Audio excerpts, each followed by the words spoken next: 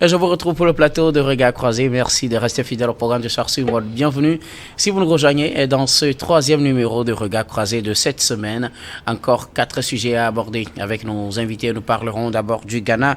Élection, l'opposition accuse le président et l'armée de préparer des fraudes. Deuxième sujet, nous parlerons du Sénégal et des législatives. Plus précisément, le PASTEF impose sa suprématie aux autres partis. Troisième sujet, nous prendrons la direction de la République démocratique du Congo pour parler de ce mausolée de Patrice Lumumba qui est vandalisé. Puis nous reviendrons au Togo pour terminer ce numéro de Regard Croisé. Quatrième sujet, Togo. L'État va reprendre le contrôle des réserves administratives. Et pour en parler ce soir, 2 invités sur ce plateau. Avec moi, Samir Orosama, vous êtes juriste et président de l'ICJVE, l'initiative citoyenne des jeunes, la voix des enfants. Bonsoir Samir et bienvenue. Bonsoir Guillaume, bonsoir à tous ceux qui nous suivent sur toute l'étendue du territoire national. Plus précisément à Kamina, c'est dans la préfecture de l'Est, Mono, environ 240 km de Lomé, la capitale du Togo, qui était autrefois, Kamina, qui est autrefois une base radio-allemande qui permettait donc à Berlin de rester en contact radio avec la flotte allemande de l'Atlantique Sud et un peu partout à travers le monde, notamment à Dakar, au Sénégal et à Cape Town, en Afrique du Sud, où s'est tenu d'ailleurs la semaine dernière le Yali Alumni Expo, un trade show, un salon, le salon et l'exposition des anciens élèves de Yali qui a réuni du 11 au 14 novembre 2024 plus de 600 participants, dont 500 anciens élèves de Yali provenant de plus de 49 pays et a enregistré plus de 40 interventions, 200 organisations et 100 exposants. Cette initiative organisée donc par l'USAID, qui est une agence américaine pour le développement international, et ses partenaires visent donc à encourager les jeunes leaders africains à devenir les moteurs du changement sur le continent africain. Et comme j'ai pris l'habitude de le dire, toujours grâce à New World TV. Merci beaucoup à vous Samir, bienvenue. Vous avez bien compris, hein. Samir, avec ces introductions, en tout cas ça nous fait plaisir de vous avoir sur ce plateau. C'est toujours un plaisir pour moi. Et notre deuxième invité ce soir, Dieudonné Segono, vous êtes journaliste et directeur général d'Elion Service. Bonsoir Dieudonné et bienvenue. Bonsoir Guillaume, bonsoir à tous, bonsoir à ceux qui connaissent bien la famille Seono de Vaughan, même si je veux prendre la marque de Samy, ce que je ne pourrais jamais faire, de Vaughan, de Palimé et de partout, si vous connaissez. Quand je parle de Vaughan, je parle de Direcpo à Ménira, Ménira Kondi, et de Palimé, de partout ailleurs, à travers le monde. Seono, la famille Seono, nous vous disons bien de choses. Famille Seono, famille Abi, famille Mouzou, famille Tomgue, bien de choses à vous. Je vais faire comme toi, hein. Merci beaucoup à vous d'avoir répondu à notre invitation. C'est moi qui vous remercie, docteur. Alors avec vous, nous allons aborder notre premier sujet. Nous prenons la direction du Ghana, juste à côté, pour parler des prochaines élections. L'opposition accuse le président et l'armée de préparer des fraudes. Dans une sortie ce 19 novembre, un proche du président, ou du moins du leader du parti d'opposition, l'ancien président John Mahama, sont l'un de ses proches qui est Sami Gnafi, le responsable de la communication. Donc, il a estimé, ou il a déclaré que le président du Ghana, Nana Akufo-Addo, et un autre général, le général Michael Opoku, seraient en train de préparer un plan de fraude électorale. Ce plan serait exécuté par les éléments de ce général de l'armée ghanéenne. Il accuse directement le pouvoir et l'armée de vouloir truquer les prochaines élections. Le Ghana est appelé aux urnes le 7 décembre prochain pour le compte des élections législatives et présidentielles, élection qui permettra de remplacer le président Nana Akufo-Addo à la fin de son deuxième mandat. Selon eux, ce qu'il fait, cette manœuvre est dans le but de donner toutes les chances à son successeur, à ce que plutôt son successeur soit son actuel vice-président qui est candidat donc du parti au pouvoir, le NDC. Réaction de nos invités, je voudrais bien commencer par vous, Samir Orosama. Le Ghana, on parle très peu d'élections fraudées, c'est vrai, la dernière présidentielle a été émaillée de critiques. Jusque-là, l'ancien président n'a pas en tout cas digéré sa défaite, il avait crié à la fraude. Et cette fois-ci, avant même les élections, sont chargés à la communication, le responsable communication de son parti, qui annonce que le président Nana Akufo-Addo est en train de préparer des fraudes électorales. Ben écoutez, monsieur Guillaume, vous savez que le Ghana, notre voisin d'à côté, au cours de ces 30 dernières années, a toujours eu des élections, une série de scrutins assez serrés, mais à la fin, ce sont des élections qui sont toujours pacifiques. Donc, on est habitué à ces tensions préélectorales. Sauf que la sortie donc de ce membre du principal parti de l'opposition, le NPP ne fait qu'alimenter déjà la tension assez chauffante qui était déjà courte donc dans ce pays. Vous savez la situation qui prévalait déjà au niveau du Parlement donc de ce pays. Il a fallu que le 12 novembre dernier la Cour suprême intervienne à travers une décision qui est prise pour rétablir donc la majorité au bénéfice donc du parti présidentiel. Donc nous sommes habitués à cette situation là, et ce que nous pouvons remarquer, c'est que ce n'est pas le principal candidat donc de ce parti qui fait une sortie et qui dénonce un certain nombre de manœuvres qui est déjà en cours. C'est déjà une situation à saluer, parce que dans la plupart de nos pays au niveau de l'Afrique subsaharienne, on est habitué par la sortie des candidats qui ne sont pas, je dirais, à la gestion donc des affaires publiques. Et là, c'est véritablement quelqu'un de basse classe, le chargé de communication donc du parti, qui fait cette sortie-là et qui estime que le président Nana Akufo-Addo serait en train de mettre en place des artifices avec le concours donc d'un brigadier général, donc d'un haut gradé donc de l'armée, pour faire en sorte que son candidat, c'est-à-dire que le vice-président actuel, celui qui a été vice-président au cours de ces 8 dernières années, puisse gagner les élections. Et les propos qu'il avance sont extrêmement graves, parce qu'il dit qu'il y a des armes qui sont stockées dans la maison donc de ce brigadier général là, et qu'il y a des urnes qui sont déjà préfabriquées donc avec des bulletins qui sont déjà imprimés, et que c'est un plan qui est déjà orchestré au niveau de la région d'Ashanti, de faire en sorte que le jour du scrutin, que des violences soient perpétrées et que ces bulletins préfabriqués là puissent servir à bourrer les urnes. Donc il a parlé de bourrage d'urnes, il a parlé de fabrication des urnes qui sont déjà stockées donc au niveau donc de ce brigadier général. Sauf que à la surprise de tout le monde, ce monsieur ne donne pas des éléments factuels, il ne donne pas des preuves, il n'avance pas ni des sources, ni des preuves. Et là, il appelle les autorités à ouvrir une enquête par rapport à cela. Je pense que il faut être réaliste.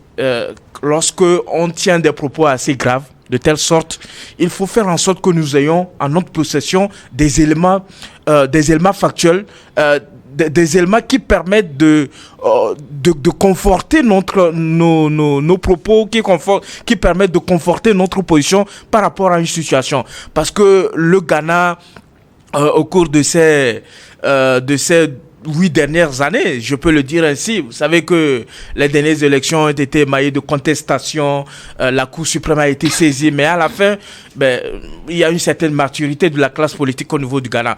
Mais depuis que le Ghana a retrouvé le multipartisme, c'est-à-dire que après que le multipartisme a été réintroduit en 1992, il faut dire que les élections ont toujours été se sont déroulées sous haute tension. Ce n'est pas un climat tranquille, un climat de paix lors de la période préélectorale, même au cours de la période électorale ou post-électorale. Ce sont des points sur lesquels les candidats ou la classe politique devrait travailler. Vous savez que le candidat du principal parti politique de l'opposition, John Mahama, a refusé de signer l'accord de paix. Il a refusé de signer cela. Ça veut dire qu'il y a des éléments qui font croire à ce parti politique qu'il y aurait des fraudes qui sont en préparation. Donc ils ne veulent pas signer un accord de paix qui les empêcherait de réagir si par mégarde ou par hasard ils perdaient les élections. C'est pour cela qu'ils sont dans cette logique-là, et cette sortie donc de leur chargé à la communication ne fait que conforter les différents événements qui se sont produits depuis les événements qui se sont produits au niveau de l'Assemblée nationale après le refus donc de leur candidat de signer l'accord de paix qui a été signé, il faut le rappeler, par la majorité donc, des candidats. Je pense qu'ils sont 12 en lice pour ces élections présidentielles, qui sont couplées avec les élections parlementaires. C'est pour cela on évoque le vocable d'élections générales. Et donc, je pense que ça ne donne pas une bonne image donc de la période préélectorale et qu'il faudrait que les acteurs politiques évitent d'envenimer voilà, donc la situation qui est si fragile au niveau donc de ce pays-là. Je donne ici un opposant ou un membre du NDC, le principal parti d'opposition, dans une sortie, a accusé directement le président et l'a nommé, le président Nana Akufo-Addo et un général de l'armée, de préparer des plans de fraude électorale. Il annonce d'ailleurs que le domicile de ce général, le général Opoku, serait le lieu où on aurait déposé des armes et des urnes préfabriquées. Comme l'a dit Samir tout à l'heure, tout serait déjà préparé pour orchestrer des fraudes électorales lors des prochaines élections. On sait qu'à ces élections, le président Nana Akufo-Addo ne sera pas candidat, mais son vice-président, oui, et sera face à l'ancien président John Dramani Mahama. Oui, Guillaume, vous savez, cette sortie de l'opposition ghanéenne ne vient qu'éténuer ou alors étaler davantage le rififi qui est au sein de la classe politique ghanéenne, mais qui ne dit pas vraiment son nom. Nous avons souvenance encore des bruits dernières à l'Assemblée nationale. Il a fallu quand même l'intervention de la haute instance pour faire asseoir un certain équilibre, bon, voilà, qui dandine encore, la preuve.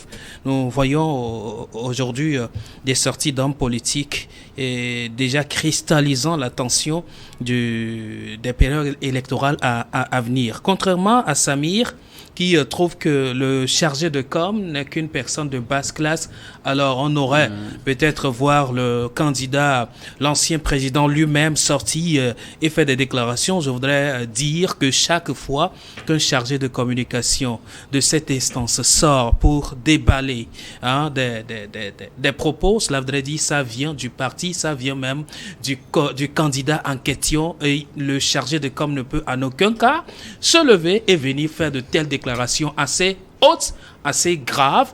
Il ne peut en aucun cas le faire de lui-même. Donc, ces propos sont à imputer au challenger du camp du président déjà en exercice. Il faut comprendre que c'est lui qui est en train de parler, c'est lui qui relève ce qu'il qualifie déjà de fraude massive et qui serait en train d'être orchestrée. Mais je voudrais dire que l'opposition n'a pas caché ses dires. Il y a eu tellement de précision dans des propos au point où on sait aujourd'hui à quel milieu, géographiquement parlant, l'orchestre ou alors le fraude serait en train d'être orchestré. Qui serait en train d'orchestrer cette fraude-là, par exemple? On a nommément cité certains brigadiers Poku, Michael Poku, et qui serait... Brigadier général. Oui, le brigadier général Michael Poku, qui serait à la tête de cette manœuvre. Cela voudrait dire, en réalité, les preuves sont disponibles au sein de ce camp qui est en train de fustiger cette manière de faire. Sinon, je ne pense pas qu'il serait sorti pour faire cette déclaration au public. Je voudrais dire qu'il y a de cela quelques années, de tels agissements ne sont pas trop observables au niveau du Ghana. Mais malheureusement, l'épidémie des pays francophones qui est des élections fraudées, des élections instables, des élections ainsi émaillées de violence. Cette épidémie a commencé aussi par gagner le Ghana d'un côté. Et aujourd'hui, voilà ce que nous écoutions il y a de cela quelques années, très loin de cette zone anglophone. Malheureusement, est aujourd'hui devenue une réalité au Ghana. Vous en souvenez, lors des dernières élections, il a fallu quand même une hauteur d'esprit des challengers du président Nana Akufo pour calmer le jeu. Sinon, tout était prêt pour que beaucoup disent que l'élection a été tout sauf transparente. Et aujourd'hui encore, voilà les preuves que les gens sont en train de brandir très fort pour dire qu'il y a encore des choses qui sont en train d'être préparées. Alors, pour quelle fin? C'est vrai, lorsqu'on part très bien, on n'a aucun problème à préparer son arrière. Malheureusement, certains présidents aiment et cherchent à mal partir. Alors, est-ce que Nana Akufo-Addo a intérêt à faire ce qu'on lui attribue dans cette déclaration? Il n'a aucun intérêt à le faire. Il a intérêt à le faire s'il pense qu'il part mal. C'est ce que je suis en train de dire. Est-ce que vous pensez qu'il part mal? Je ne suis pas en train de dire qu'il part mal. Alors, si les preuves là, ou alors les déclarations là sont avérées, cela voudrait dire qu'il estime qu'il est en train de partir mal et donc il faut bien préparer son arrière. C'est cela. Alors, pour qui il le fait? Souvenez-vous, Nana Addo ne reviendra plus en tant que candidat. Oui. Mais il faut quelqu'un, son vice-président, qui soit quand même une protection.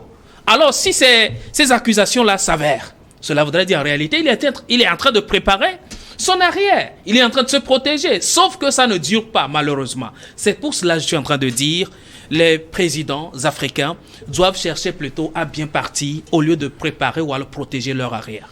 Merci beaucoup. Oui, moi je voudrais ajouter quelques petits éléments, contrairement à ce que Dieudonné est en train de dire. Vous savez, le Ghana est réputé au cours de ces dernières années comme une nation qui a toujours émerveillé en termes de transfert pacifique donc du pouvoir entre le partant et puis l'entrant.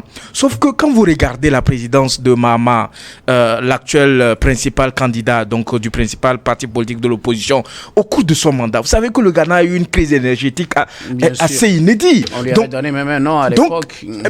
Donc monsieur Mahama n'a fait que récolter sa mauvaise gestion des affaires publiques. Maintenant, aujourd'hui, quand vous prenez Nana Akufo-Addo, vous savez que le Ghana a connu en 2022 une inflation assez flagrante. Les spécialistes parlent de 54% en termes de taux d'inflation, même si ce taux a baissé au cours de ces derniers. Mais le Ghana est confronté à un taux de chômage des jeunes assez spectaculaire. Et l'immigration a connu une certaine augmentation. Donc ce sont des éléments qui vont permettre à ce que les Ghanéens puissent se prononcer. Donc moi je ne trouve pas... Pour dire que moi, Nana Akufo a fait des magouilles ou a posé des actes qu'il craint et qu'il sera poursuivi par la justice par rapport à ce qu'il a posé. Même au cours du mandat de Nana Akufo-Addo, vous savez que même une ministre a été poursuivie par la justice pour détournement de deniers publics. Donc il fait preuve d'une bonne gestion donc des deniers publics, même si on peut le reprocher un certain nombre d'actes qu'il a eu que son administration a eu à poser. Je pense que le Ghana reste le Ghana. C'est un exemple sur le continent, notamment en Afrique de l'Ouest, et que cela ne peut pas nuire donc à la gouvernance donc de Nana Akufo-Addo. Et c'est vraiment ça la démocratie, que les gens s'expriment. Mais après tout, le suffrage universel appartient au peuple ghanéen. Merci beaucoup à vous tous pour vos contributions. Nous allons marquer la première pause, puis on reviendra tout à l'heure pour la suite de cette émission.